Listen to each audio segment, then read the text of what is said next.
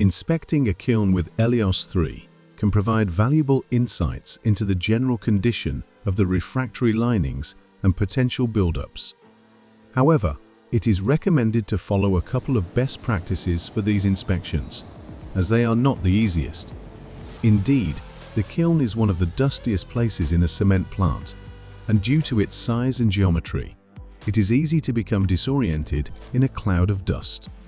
The first important thing is to let the kiln cool down to less than 50 Celsius or 122 Fahrenheit.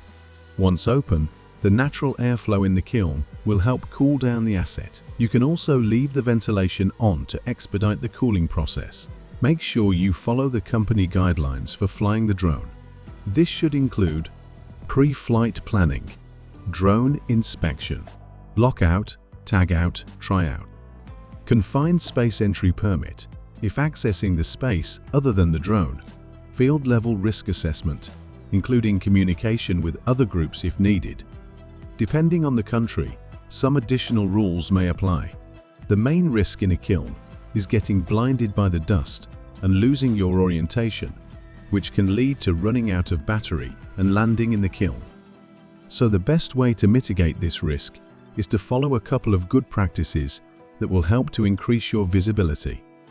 This includes turning off your close-up light, identifying the direction of airflow in the kiln, flying with a headwind if possible to push the dust behind you, avoiding stopping the drone.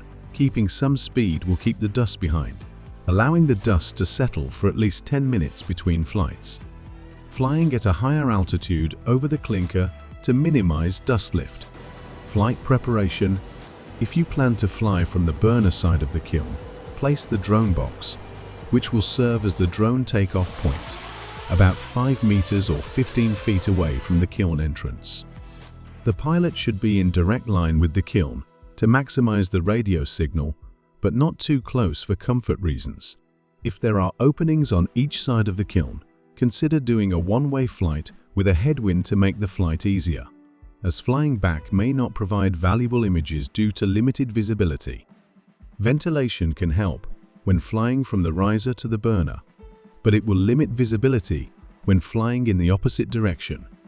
Ventilation can also aid in clearing the kiln of dust between flights. During your flight, stay as high as possible in the kiln to minimize dust generation. Maintain some speed. Flying at full speed will keep you out of the dust but limit visibility, while flying too slowly will keep you in a dust cloud.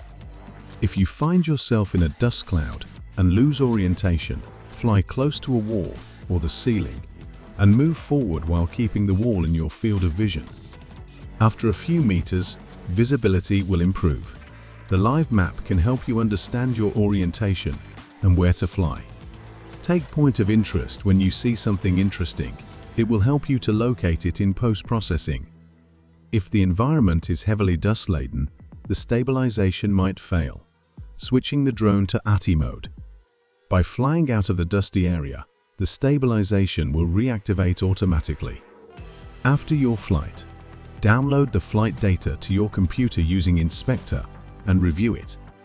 Since the drone was in constant motion during the flight, you can play the video at a quarter of the normal speed to have more time to analyze it. If necessary, add a point of interest and zoom in on images. You can also annotate the image directly. In the annotation panel, you'll find all the points of interest where you can add comments, criticality, or specific tags, and add point cloud captures to the report. Finally, click on Generate a Report to obtain a Word or PDF version of it.